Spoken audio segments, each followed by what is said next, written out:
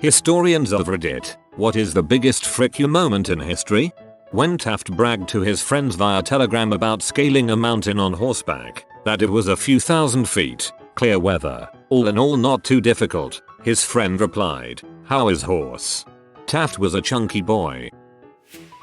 In the late 1980s, Nintendo and Sony developed a CD add-on for the Super Nintendo. Nintendo then pulled out of the partnership and opted to work with Philips instead and released the CDI. This move was highly frowned upon because Nintendo had decided to ditch a fellow Japanese company over a foreign one. So Sony picked up the pieces of the project and tried to partner with Sega. The board of directors turned the idea down, saying that's a stupid idea. Sony doesn't know how to make hardware. They don't know how to make software either. Why would we want to do this? At the end, Sony released a game system by the name of PlayStation in 1994 to compete with the Nintendo 64 and outsold their former partners nearly 3-1, plus it marked the first time that Nintendo wasn't top dog since they released the NES.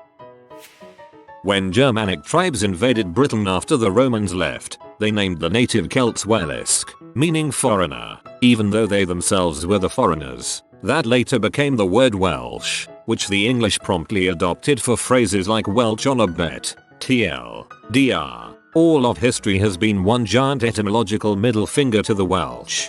Yeah, but the Welsh language is itself a middle finger to English speakers.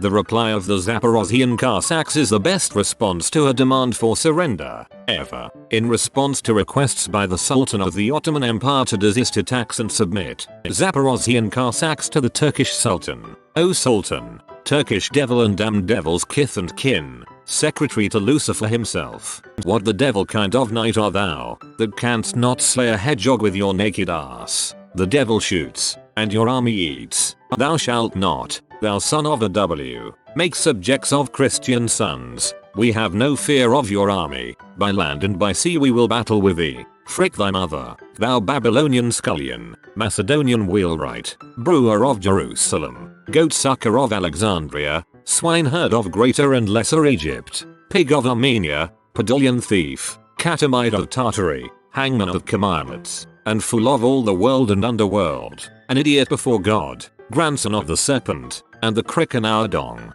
pig's snout, mer's ass, slaughterhouse cur, unchristened bro, screw thine own mother. So the Zaporozhians declare, you lowlife, you won't even be herding pigs for the Christians. Now we'll conclude, for we don't know the date and don't own a calendar, the moon's in the sky, the year with the Lord, the day's the same over here as it is over there, for this kiss our ass, Skashovai Otaman Ivan Serko, with the whole Zaporozhian host. I'm not an historian, but I know this World War I fact. In 1918, during the Battle of Villas Britanniques, Major James Robertson made a plan to steal a German tank stuck in no man's land. There was no point in getting it, because it was dangerous going out there and the tank wasn't a threat to anyone. Not giving frick about that, he grouped with 12 other men to retrieve that tank, under machine gun fire and inside mustard gas, just to say to the German army, frick you, look what we got here. Thanks to him and the other men, today that tank is the only original World War I tank we have, and it's called Mephisto. It's not the only original World War I tank, it's the only original German World War I tank.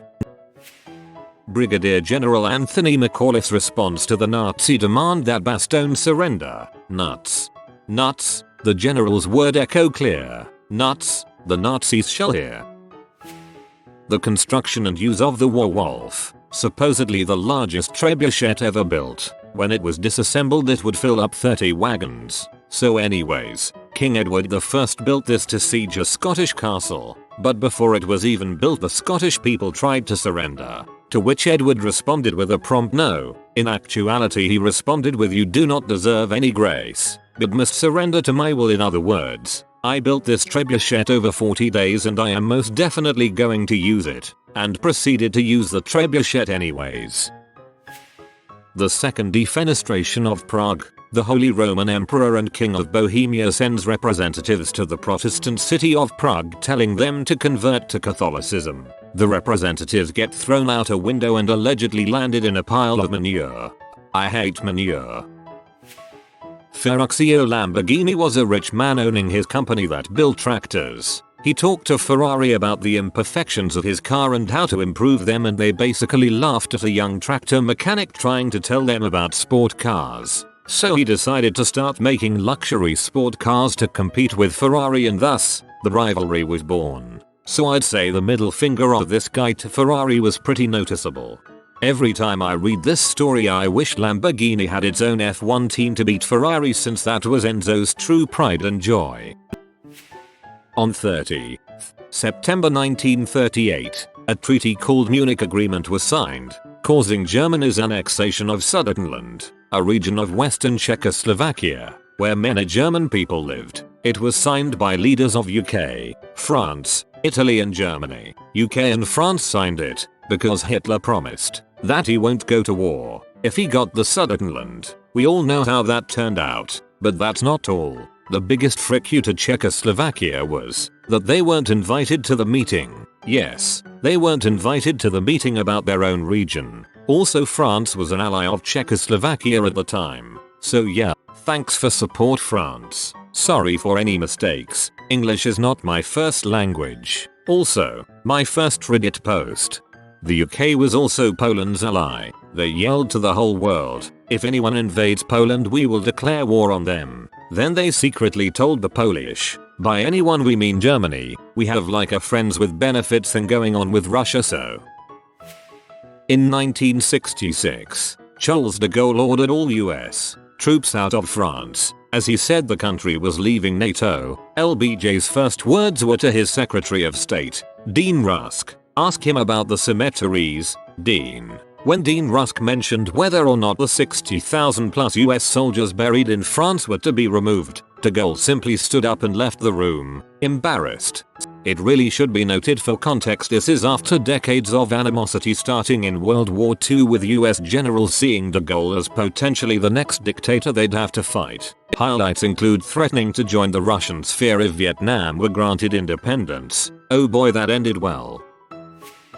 French surrender in World War II. Hitler dictates that the French capitulation take place at Compiègne, a forest north of Paris. This is the same spot where 22 years earlier the Germans had signed the armistice ending World War I. Hitler intends to disgrace the French and avenge the German defeat. To further deepen the humiliation, he orders that the signing ceremony take place in the same railroad car that hosted the earlier surrender. The armistice is signed on the 22nd of June. Under its terms, 2/3 of France is to be occupied by the Germans. The French army is to be disbanded. In addition, France must bear the cost of the German invasion. I was hoping someone would post this. Hitler later destroyed the railroad carriage when things started going south for the Axis. The Battle of Pelusium. Julius Caesar's attacking some Gauls in modern-day France, and they go hide in a castle on top of a hill. Caesar's army isn't big enough to take them all at once, and the Gauls have reinforcements coming, so a siege is impossible. So Caesar just builds a bigger castle around the one he's attacking. He literally just built 2 walls back to back and a ring around the castle. The first Gaul army was already too small to defeat Caesar, and his fortifications only gave him a greater advantage. The reinforcements were also unable to defeat Caesar's army now that he was behind several layers of spike pits and both earthen and wooden walls. Plus the Gauls inside had no way to communicate with the reinforcements outside, so they couldn't coordinate attacks. Both Gallic armies were defeated as they attacked Caesar's newly built fortifications, and Caesar emerged victorious. It's probably my favorite battle of all time. Andrew Jackson was walking around Washington, D.C. when an assassin tried to kill him with 2 pistols. Both pistols misfired, and Jackson proceeded to beat the would-be killer within an inch of his life with his cane. Genghis Khan to Shah al-Din. After the Khwarezmids plundered one of Genghis Khan's caravans, killed his people, and took his crap, he thought to take the diplomatic approach and send 2 envoys and an interpreter. Shah al-Din decided to be a dumbass about it. He shaved the heads of the envoys to shame them and sent them back with the head of the interpreter. Mr. Khan was kinda pee, so he marched 200,000 of his boys and fricking annihilated their town with only 1 stroke. 4 of that number are even able to fight back. He was so pissed at the Shah that he had the rivers keeping the surrounding villages alive fully diverted, so that he would literally wipe Ala ad-Din's birthplace off the map and make it so that it was like he never existed. No one would settle there or live there ever again. No one would be there to remember his enemy who had disrespected him. Not even the dogs or cats would be spared, said Genghis Khan. You can still go see the ruins of the once great cities of the Khwarezmid Empire. They are huge and the wind blasts sand through the bleached bones of a civilization that Genghis Khan reduced to a wasteland for having disrespected him one time. One of my favorites was during the Opium War when the British tried to attack China via sea. The Chinese knew that the British Navy was going to frick their crap up, and they couldn't respond fast enough. So they decided that being absolutely batshit crazy would work best. They got their catapults ready, and when the British were close enough, the Chinese took monkeys, lit them on fire, and fricking launched them at the British ships. The British were horrified when flaming monkey corpses landed on their boat and were like, frick the opium. They were out. TLDR. The British tried to invade China. China threw flame-doused monkeys at them. The Achaemenid Empire had trouble conquering the Egypt in the early part of their war, so they decided to use the very embodiment of their holy figure against them. They literally had soldiers carry cats with them and painted cat heads on their shields so the Egypts couldn't fight back due to their beliefs and surrendered. They literally pulled a "your god is our frontline." This is known as the Battle of Pelusium. When Alcibiades fricked the Spartan king's wife, then fled to Persia, became a high command and made it back to Athens where he once started as a politician and became one again, he said frick you to Athens. He betrayed them, Sparta and Persia, and got away with it because he looked so dang good. I will always think of a story of Andrew Jackson that a history professor told me. Jackson married a woman that was divorced, which was bad already, but she wasn't actually divorced from her last husband. Whenever Jackson heard of people talking badly on him or his wife, he would challenge them to a duel. Yes, take 10 paces and shoot kind of duel. One day he heard of a man that was basically a pro at shooting and that man was talking mad crap. So Jackson challenged him to a duel because he will duel anybody. Once the duel started, they went to shoot and Jackson just dropped his gun because he knew that he didn't have the skill of his opponent. The other man shot and missed. So Andrew Jackson picked up his gun, walked up to his opponent, and shot him in the forehead. The only thing I learned from that class.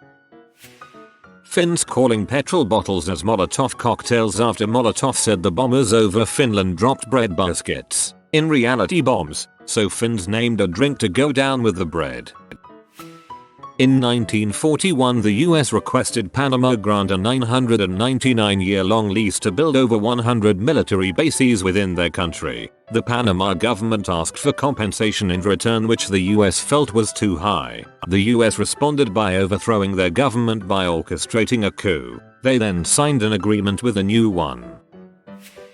Prussian siege of Paris 1870 to 1871. Prussia forces besieged Paris for several months, inhabiting a series of forts and outposts around the city. The people assumed that they were outside the range of the Prussian artillery. After a few months of just starving the city out, the Prussian guns opened up, but they would only fire at night, all night, and would only target landmarks. So you've been hungry, but safe. Then the Prussians break the news that you're well within range, and come daylight this monument or that church is now wiped out. Had a big psychological effect. Several of them. My favorite is when Deng Xiaoping ordered the CAICOM army to invade Vietnam in order to teach them a lesson about the South China Sea dispute. The Chinese rolled across the border and were like, hey, where is everyone? Looks like they didn't even field an army when they started getting hit with guerrilla types of attacks. The Chinese commies were supposed to mop the floor. They ended up incurring way more casualties than they anticipated and basically retreated back to China after 1 month and declared victory. Couldn't get a solid body blow on the Vietnamese army. USA and France didn't fare any better. Don't frick with Vietnam. The Battle of Cowpens during the Revolutionary War. A US commander was given a large number of militiamen who in battle were known to fall back before being given orders. The British, knowing that colonial regulars would stand ground and the militia wouldn't, would often press attacks to bring their numbers and weapons to great effect. And so this US commander decided to make a stand at a place where his army couldn't retreat, at a place called Cowpens. The specific position was basically a small peninsula that was surrounded by a big river that you couldn't reasonably cross if say you were trying to evade gunfire. Once situated, the commander set his troops up in 3 lines. The militiamen up front where they would fire first, the more experienced guys in the second wave firing second, and the hardened veterans in the third rank. When the British came, they tried several times to dislodge the colonial army, but they were repulsed every time. This commander literally told his troops to say frick you to their fear of the British, and it worked. Throw your soldiers into positions whence there is no escape, and they will prefer death to flight. Sun Tzu. During the conquest of Constantinople, now Istanbul, when Sultan Mehmet had his ships carried on oily stakes by thousands of men to get past the big chain that prevents ships to enter Bosphorus. Simple, just give bombs to Ezio and he'll drop the chains.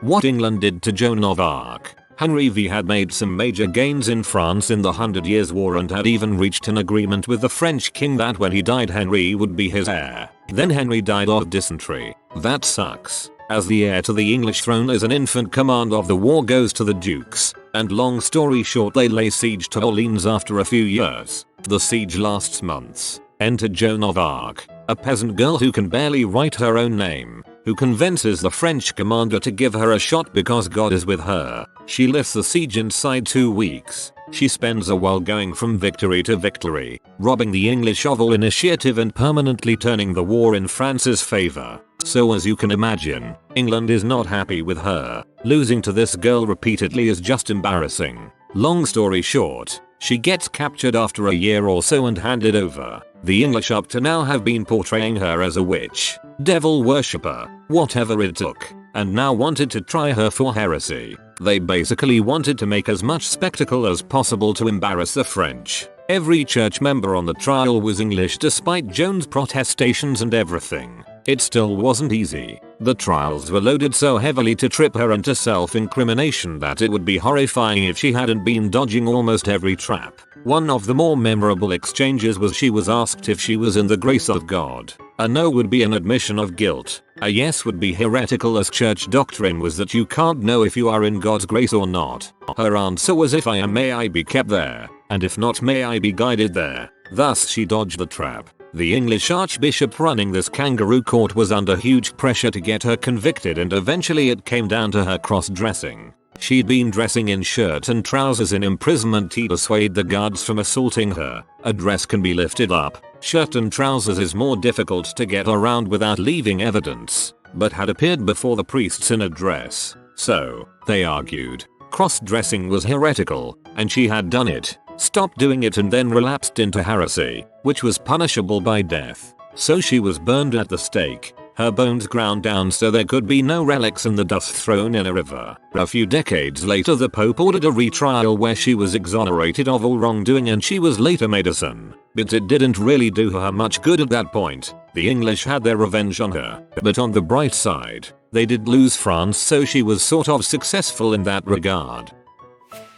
Abraham Lincoln, while still a largely unknown frontier lawyer, was asked to assist in a law case by some bigwigs out in the East because the trial was going to be held in Springfield and they wanted a local lawyer on the team. Well, the location of the trial got moved, but the bigwig lawyers never told Lincoln they didn't need him anymore. He worked really hard on some arguments and showed up to the trial, which was now in Ohio or something. The bigwig lawyers were pretty rude to him when he showed up and didn't use any of his arguments and didn't allow him to participate. They did eventually send him a check for payment, but Abe sent it back. They did send it back writing enough to get Abe to deposit the check. When Abe became president, he eventually asked the head lawyer of the bigwigs in this case, Edwin Stanton, to be his Secretary of War. Edwin Stanton grew to truly love Abraham Lincoln and was a very effective Secretary of War. Abe could have remembered the snub from earlier in his career and refused to have anything to do with Stanton, but Abe was never truly offended and saw Stanton as a good person to have in his cabinet.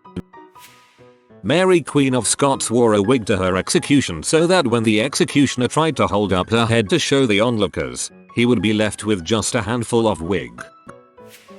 Germany and France have a history of frick you moments. Germany wins the Franco-Prussian War in 1871, managing to take Paris, humiliating the French. The Prussian monarchs see this as a good time to unify Germany into a Prussian-controlled Reich. They do this by signing a treaty in the Hall of Mirrors of the Palace of Versailles. This unification strengthens the once divided Germany into a formidable European power as in the days of the Holy Roman Empire. 1919. After the devastation of the Great War on Germany and after it has dissolved the Reich in Germany to create the Weimar Republic, the Allies, led by a really off France, had Germany sign the humiliating Treaty of Versailles in the Hall of Mirrors of the Palace of Versailles. The French got back Alsace-Lorraine, which they lost in the Franco-Prussia War, and what should have been a place of German historic pride became one of disaster. But they got their own back. 1 in 1918, the Germans surrendered to the French at the end of the First World War by signing the Armistice of Compiègne. Excuse my French. In a train carriage.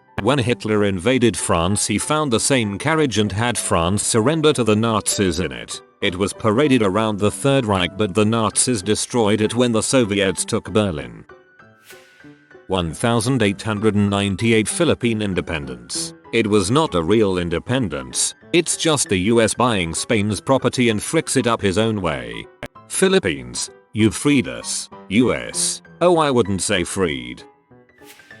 Khosrow Anushirwan was a Shah of Iran in the 500s ACE. He took over a town, Antioch, that used to belong to the Byzantine Empire, run by Emperor Justinian, but before he burned it to the ground, he had architects and a bunch of other people go through and record exactly what the city and its buildings looked like. He then built a new town that looked exactly the same and named it Antioch Khosrow, which translates roughly to Khosrow's better version of Antioch. And that's not even all of the ways Khosrow trolled Justinian. I recommend watching extra credits series on this dude. It's nuts. Jesus Christ, people, I get it. It's CE, not ACE.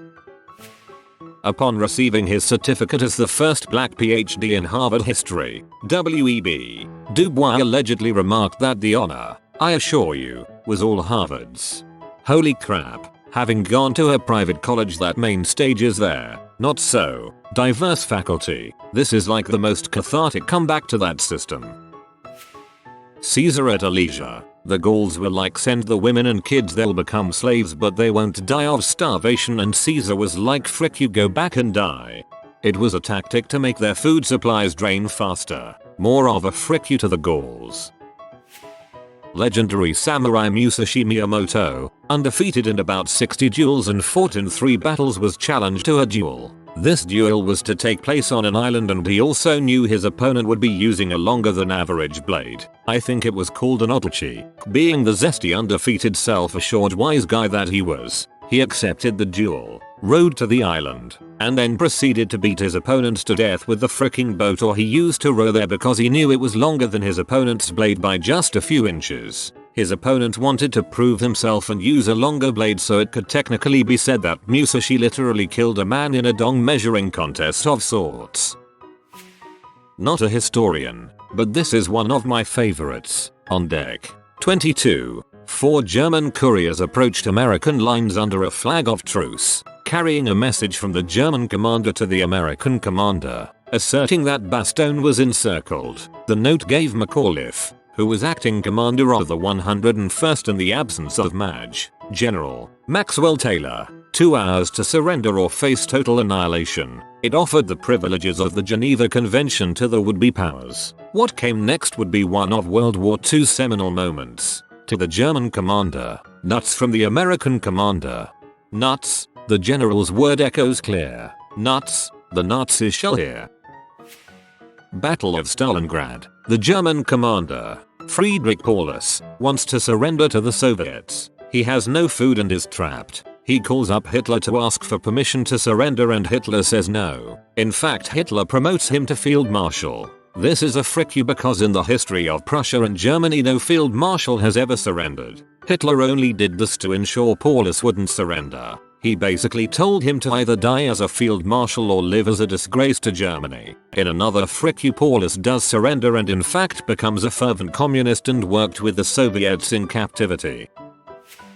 Alboyn, king of the Lombards during the early Middle Ages, killed a rival king on the Italian peninsula. Alboyn was a bit of a dong and really hated this other king, so he decapitated him and had his skull turned into a drinking cup. Anytime Alboyn would party hardy, he'd drink out of his brand new mug. Alboyn also forced the other king's daughter into marrying him after killing her father. On top of that, Alboyn was a mean drunk and would make his new bride drink out of her own father's skull on occasion. So Alboyn's wife started screwing some other dude, because she hated her husband for pretty obvious reasons. Her lover, and she assassinated Alboyn for being such a dong. Carthago de Lenda Est was another good frick you.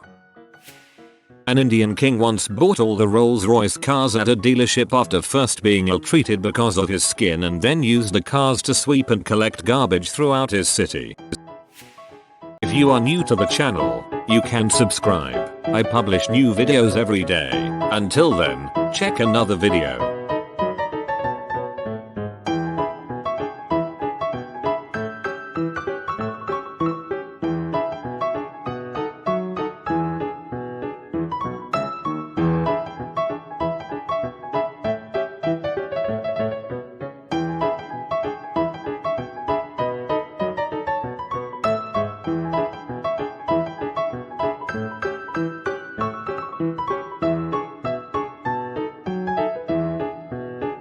Bye for now.